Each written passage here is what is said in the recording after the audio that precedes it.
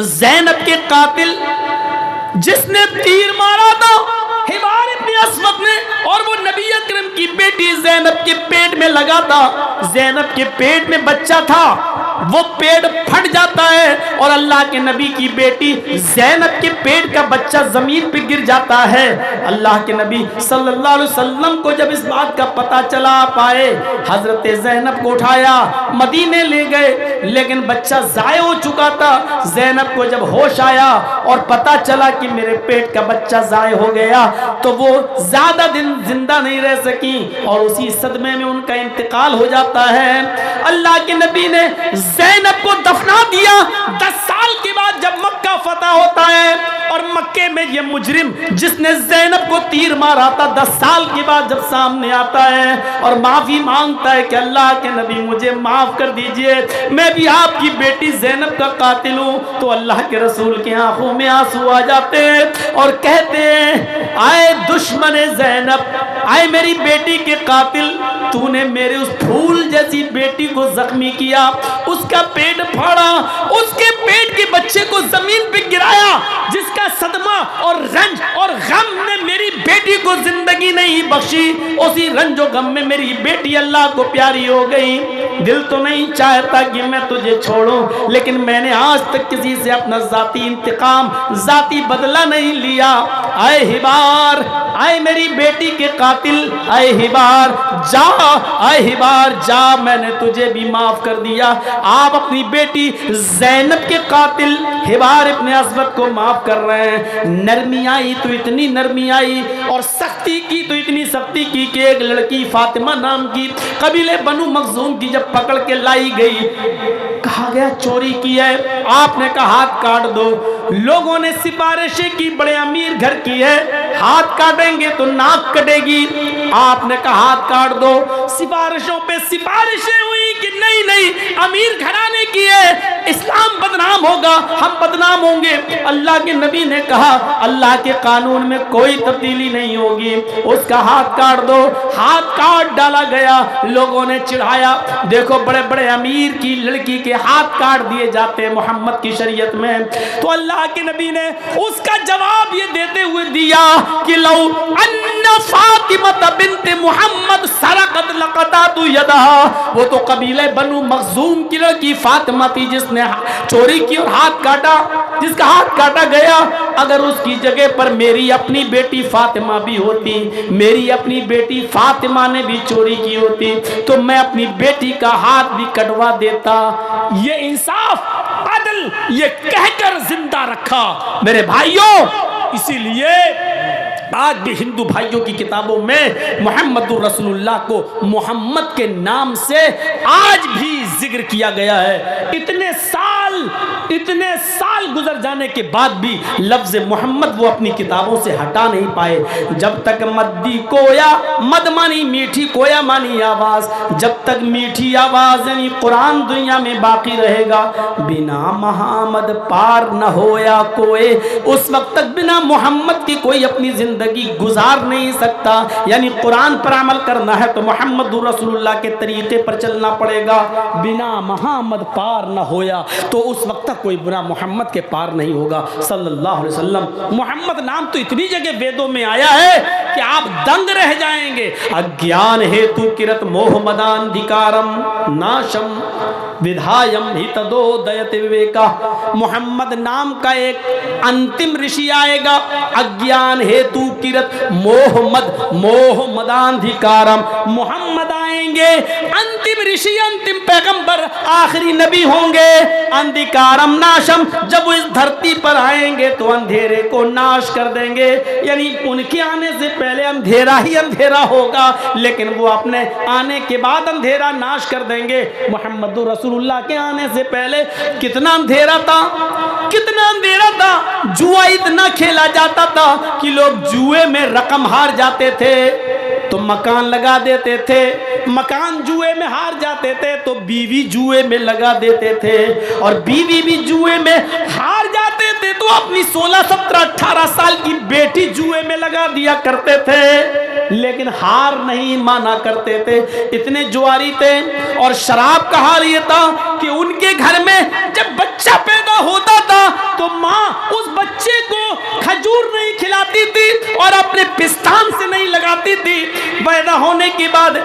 बच्चे के हलक में सबसे पहले जो चीज डाली जाती थी वो शराब का कतरा हुआ करता था। वो लोग फख्र करते थे कि आज हमारे घर में बच्चा पैदा हुआ, इसने सबसे पहले जो चीज पी वो शराब है। गौर करो, जब पैदा होते ही बच्चे को शराब पिलाई जाती हो तो वो अंजाम कार कैसा होगा, आगे चलकर वो लड़का क्या बनेगा। शराब इतनी पी जाती थी कि वो लोग जब खाना खाने के लिए दस्तरखान पर बैठते थे तो पानी की जगह पर शराब की बोतल रख लिया करते थे। जैसे हम लोग थम्स अप और पेप्सी की बोतल रख लेते हैं और खाना खाते खाते पानी की जगह थम्स अप और पेप्सी पीते जाते हैं, स्प्राइट पीते जाते हैं। अरब के लोग खाना खाते खाते उस खाने को हलक के नीचे उतारने के लिए शराब के घूंट पिया करते थे। मेरे भाइयों, शराब की ये लत थी जिसको कुरान करीम ने ये कहकर हराम करार दे दिया कि इन्नमल खमरु वल मैसिरु वल अंसाबु वल अज़लामु रिज्सुम मिन अमलि शैतान। आज के बाद ये शराब, ये जुआ, ये बुतों के थान और फाल के तीर, ये सब के सब रिज्सुम मिन अमलि शैतान, हराम नहीं, शैतान की गंदगी है। रिज्सुम मिन अमलि शैतान, शराब को शैतान की गंदगी कह दिया। हराम तो बहुत सी चीज़ें हैं, लेकिन शैतान की गंदगी, आप अपनी गंदगी खा सकते हैं क्या? लैट्रिन करके आप खाएंगे? कोई अक्लमंद ऐसा होगा जो जंगल में जाए और लैट्रिन करके खा ले? नहीं। अल्लाह ताला ने क्या कहा? हराम तो बहुत सी चीजें हैं, लेकिन शराब ये शैतान की लैट्रिन और शैतान की गंदगी है। रिज्सुम मिन अमल शैतान, जो शराब पीता है वो दर हकीकत शैतान का पैखाना खा रहा है, शैतान की लैट्रिन खा रहा है। इसको कुरान ने रिज्सुम मिन अमल शैतान कहा है, रिज्स कहा, रिज्स। अब जिसका ज़मीर गवारा करे वो खाए, वो पिए। तसव्वुर करो, अरब के अंदर इतना अंधेरा था, शराब वो खाने की जगह पर पिया करते थे, जुए में अपनी बेटी तक को हार जाया करते थे। उनके बाप जब मर जाते थे, सुनो, इतना अंधेरा कि बाप अगर मर गया और माँ ज्यादा खूबसूरत है तो बेटा अपने घर से एक चादर उठाता और अपनी माँ का हाथ पकड़कर उसको घर से बाहर निकालकर अपनी चादर माँ के ऊपर डाल देता। ये इस बात का ऐलान होता कि आज के बाद ये मेरी माँ नहीं है, मैंने अपना कपड़ा इसको पहना दिया है, अब ये मेरी बीवी बन गई। आज पूरे हिंदुस्तान में कितने मदरसे होंगे? आपके बिहार में कितने मदरसे होंगे और कितने मौलवी होंगे? सब मिलकर सिर्फ जहेज ख़त्म नहीं कर पा रहे हैं। और बताओ, बिहार में जहेज ख़त्म हो गया? जो शादी होती है क्या मोटरसाइकिल नहीं मांगी जाती है? क्या दहेज नहीं? इतने मौलवी, लाखों मौलवी, हजारों मदरसे, हजारों प्रचारक सब मिलकर एक गांव से जहेज की लानत नहीं मिटा पा रहे हैं। अल्लाह के रसूल अकेले तन्हे तन्हा, एक तरफ शराब है, दूसरी तरफ जुआ है, तीसरी तरफ बाप के मरने के बाद बेटा अपनी माँ को अपनी बीवी बना रहा है, चौथी तरफ माँ के पेट से, बीवी के पेट से अगर लड़की पैदा हो रही तो उसको जिंदा दफन किया जा रहा है, उसको कब्र खोद के जिंदा गाड़ा जा रहा है। अकेले एक नबी ने, अकेले एक मर्द ने, अकेले एक मुजाहिद ने, अकेले एक रसूल ने इन तमाम बुराइयों को ख़त्म करने के लिए कितनी मेहनत की होगी, पूरे मुआशरे से कैसे इन तमाम खुराफातों को पाक किया होगा। मेरे भाइयों, मुहम्मदुर रसूलुल्लाह के आने से पहले हाल तो ये था कि एक आदमी की बकरी दूसरे आदमी के खेत में चली गई। पढ़िए सीरतुन नबी अल्लामा इब्न हिशाम की। इस आदमी की बकरी उस आदमी के खेत में चली गई और थोड़ी सी घास खा ली। उस आदमी ने बकरी ले जाकर इससे कहा, बांध के नहीं रख पाता अपनी बकरी को, पकड़ अपनी बकरी, तेरी बकरी ने हमारे खेत में आकर घास खा ली। इस आदमी ने गुस्से में कहा, तो क्या हुआ, जानवरी तो है, चला गया तो क्या हुआ? उसने कहा, बजाय अपनी गलती मानने के अकड़ रहा है और रहा है। बस इतनी सी बात पर जंग शुरू होती है और दोनों के कबीले आमने सामने आ जाते हैं। जानते हो ये जंग कितने साल चली? इतनी सी बात पर तेरी बकरी मेरे खेत में क्यों आई, इतनी सी बात पर ये जंग चली तो 27 साल तक जंग चलती रही। कितने साल तक? 27 साल। 27 साल के बाद जब दोनों तरफ से मरने वालों की गिनती गिनी गई तो 27 साल में दोनों तरफ से मरने वालों की गिनती हो चुकी थी 40,000। 27 साल में दोनों तरफ से मरने वाले लोगों की गिनती हो चुकी थी 40,000। 40,000 लोग मर गए बकरी के घास खाने की वजह से, लेकिन अभी जंग बंद नहीं हुई। ऐसे माहौल में जनाब मोहम्मद रसूलुल्लाह और ऐसी खूनख्वार कौम को आपने कैसा बनाया कि जब इस्लाम आया, मोहम्मद रसूलुल्लाह ने भाई भाई की तालीम दी, तो ऐसा फिर माहौल आया कि एक जंग यरमूक के अंदर 3 सहाबी जख्मी हो गए और तीनों जंगल में लेटे हुए, खून गिर रहा, टपक रहा उनके जिस्म से, पानी पानी चिल्ला रहे हैं।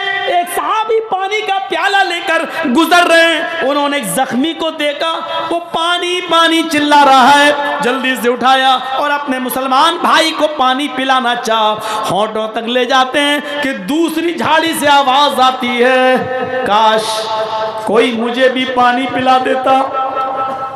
तुम उसको पानी पिला रहे हो, 1-2 घूंट बच जाए तो मुझे दे देना, मुझे भी प्यास लग रही है। इस आदमी ने पानी का प्याला हटा दिया, कहा नहीं नहीं तुम मुझे मत पिलाओ, उस झाड़ी के अंदर जो आवाज आ रही है वो आदमी मुझसे ज्यादा प्यासा है। ये पानी लेकर उसके पास गया, उसको पिलाने लगा, अभी मुंह तक गया नहीं था कि तीसरा चीखता है, 1-2 घूंट बच जाए तो मुझे दे देना।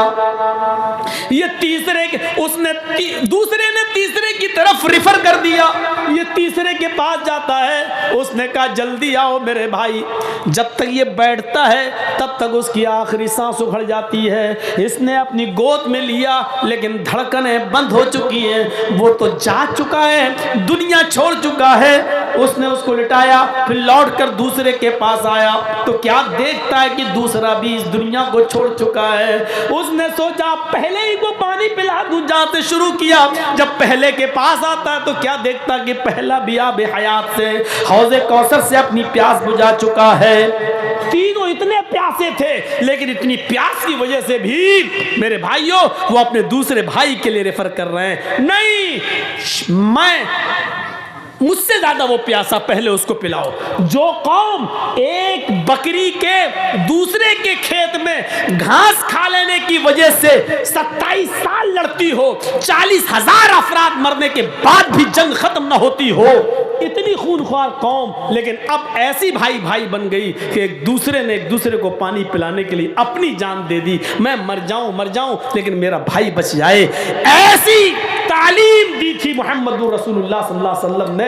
कितनी मेहनत की होगी। हम तो सारे मौलवी, हजारों मदरसे होने के बावजूद दहेज खत्म नहीं करा पा रहे हैं। कितनी लड़कियां आज दहेज न होने की वजह से बैठी हुई हैं, दहेज न होने की वजह से आत्महत्याएं कर लेती हैं। आयशा को याद करो, अहमदाबाद की साबरमती जेल में डुबकी लगाने वाली और कूद जाने वाली उस आयशा को याद करो।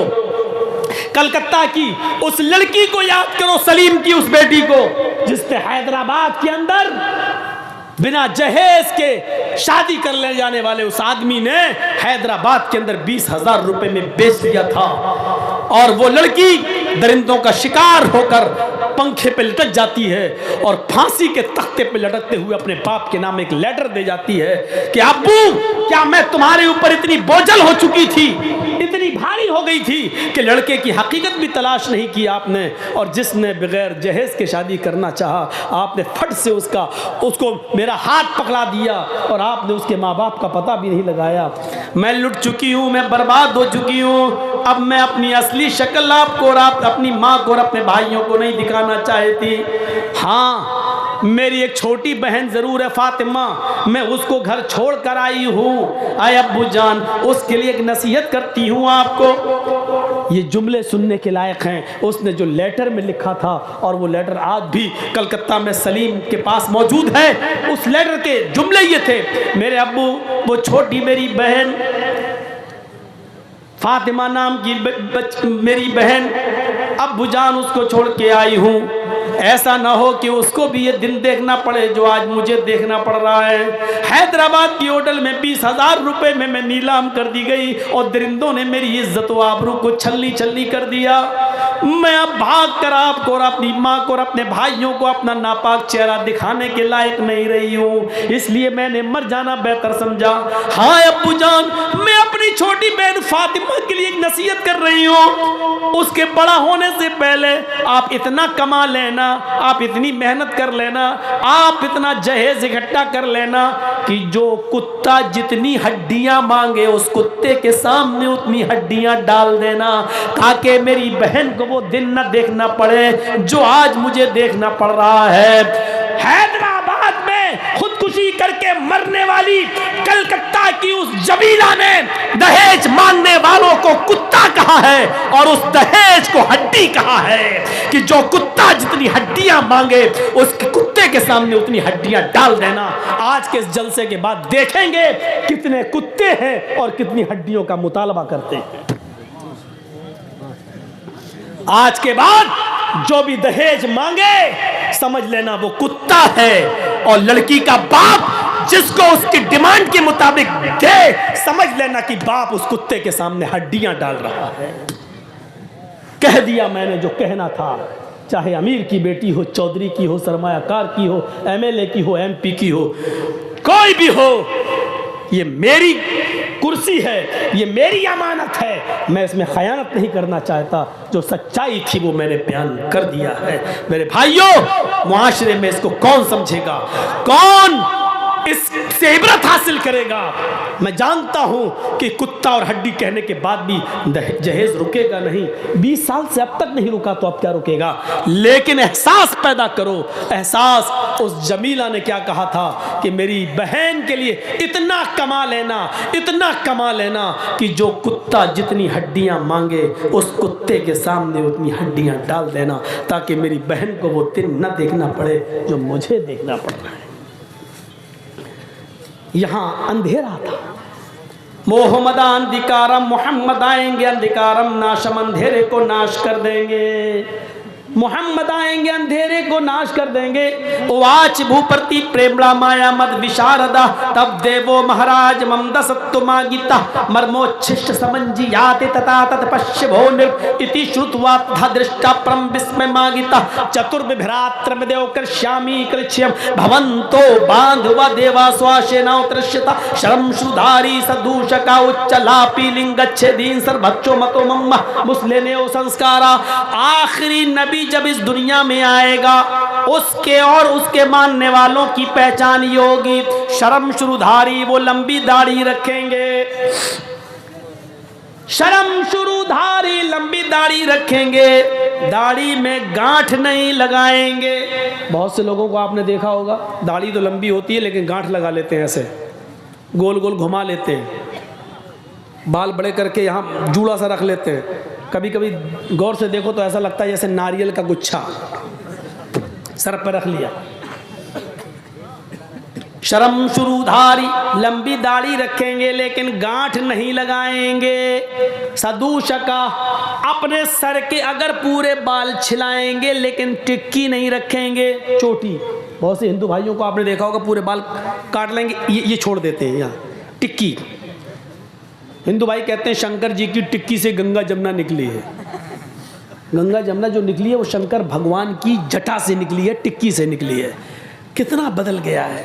इधर शंकर जी की टिक्की है गंगा जमुना, और उधर जमजम। हाजरा पानी के लिए दौड़ रही हैं, पानी नहीं मिल रहा है। इस्माइल अलैहिस्सलाम जहां एड़ियां रगड़ रहे हैं वहीं जिब्राइल ने पर मारा और जमजम का चश्मा जारी हो गया। यहाँ इस्माइल की एड़ियां हैं, यहाँ शंकर की जटा है, टिक्की है। कुछ तो है जो मिल रहा है और चीख चीख के कह रहा, हिंदू भाइयों आओ, तुम्हारा खोया हुआ धर्म हमारे पास है, हम तुम्हें दे रहे हैं, ले लो। आपका बच्चा 5 साल की उम्र में गायब हो जाए और 15 साल के बाद जर्जीस को मिले, और 15 साल के बाद जर्जीस आपके बेटे को वापस कर लीजिए आपका बेटा, आप कहोगे नहीं मेरा तो 5 साल का बच्चा था वही दो। तो कितना बड़ा बेवकूफ बाप होगा। अरे 15 साल पहले खोया था तेरा बेटा, 15 साल के बाद अब वो 20 साल का हो गया है। 5 साल का था वो जब खोया था, 15 साल के बाद 20 साल का, अब 20 साल का बेटा तुझे दे रहा। नहीं साहब, वो तो काली शर्ट सफेद पैंट पहन के गया था, वही चाहिए हमें। वो तो 5 साल का था, वही चाहिए हमें। कितना बड़ा बेवकूफ होगा वो बाप जो 15 साल के बाद अपने बेटे को पहचान नहीं पा रहा है। आपका मजहब जिस कंडीशन में था उसमें धूल लग गई है।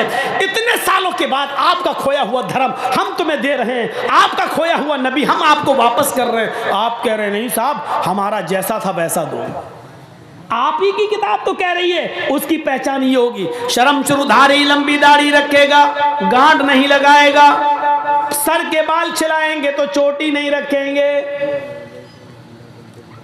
उच्चालापी, मंदिरों में घंटा नहीं बजाएंगे, जबान से आलाप करेंगे, बुलाएंगे।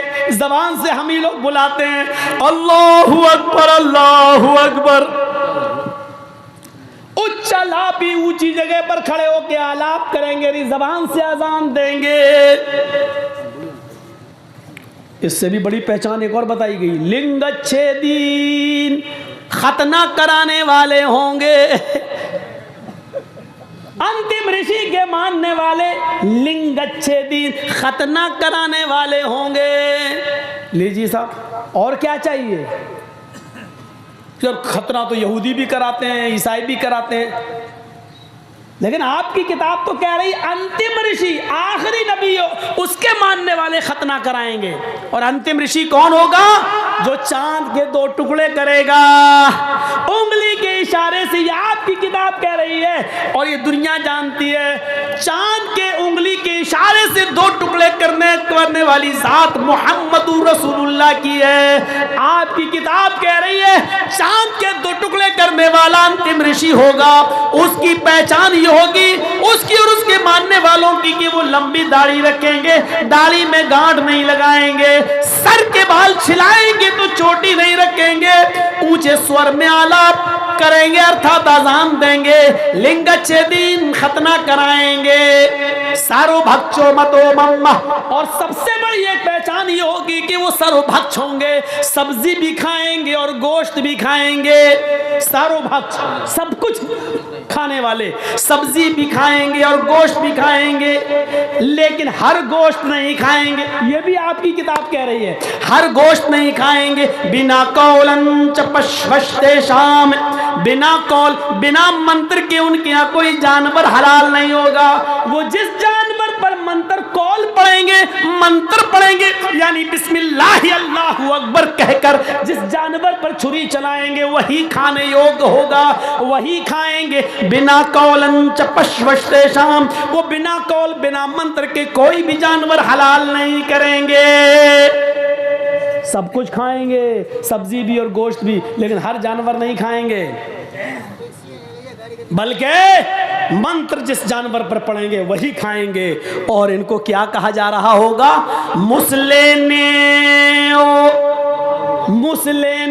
मुसलमान तो ही जाते हो द्यूदशा, दुनिया इनको मुसलमान के नाम से जान रही होगी। आज भी आपकी किताब में लिखा, मुसलमान तो ही जातियो द्यूदशा, मुसलमान तो दुनिया इसको मुसलमान के नाम से जान रही होगी। भविष्य पुराण में आज भी लिखा हुआ है कि ये लोग मुसलमान कहलाएंगे। मैं समझता हूँ इतनी बड़ी भविष्यवाणी के बाद अब कुछ नहीं रह जाता है। हमारे नबी ने चांद के 2 टुकड़े करे, चांद के 2 टुकड़े करने वाले का नाम मोहम्मद है। लंबी दाढ़ी रखने वाले मोहम्मद, दाढ़ी में गांठ न लगाने वाले मोहम्मद सल्लल्लाहु अलैहि वसल्लम, सर के बाल छिलाएंगे लेकिन चोटी नहीं रखेंगे, चोटी न रखने वाले मोहम्मदुर रसूलुल्लाह, खतना कराने वाले मुसलमान और मोहम्मदुर रसूलुल्लाह सल्लल्लाहु अलैहि वसल्लम, और सब कुछ खाने वाले, अजान देने वाले, ये सब कुछ, ये सारी खूबियां जो आपकी किताबों में हैं मोहम्मदुर रसूलुल्लाह के अंदर मौजूद थी। ये चीख चीख कर ये मंत्र कह रहे हैं कि इस्लाम ही सबका धर्म है, और जिसने इस्लाम को छोड़कर कोई दूसरा मज़हब तलाश किया वो मज़हब उसका कबूल नहीं किया जाएगा।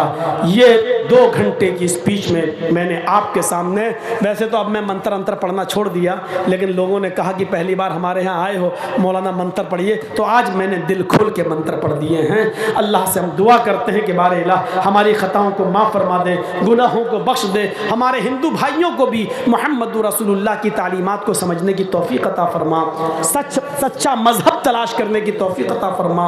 जब तक तू हमें ज़िंदा रख, जब तक हम ज़िंदा रहे इस्लाम पे हमें रखना, और जब हमारा ख़ात्मा हो तो ईमान पर हमारा ख़ात्मा फरमाना। हज़रात, चंदा करने वाले बहुत आए, किया, आपने ताउन भी किया, जिस मकसद के तहत जलसा हो रहा है।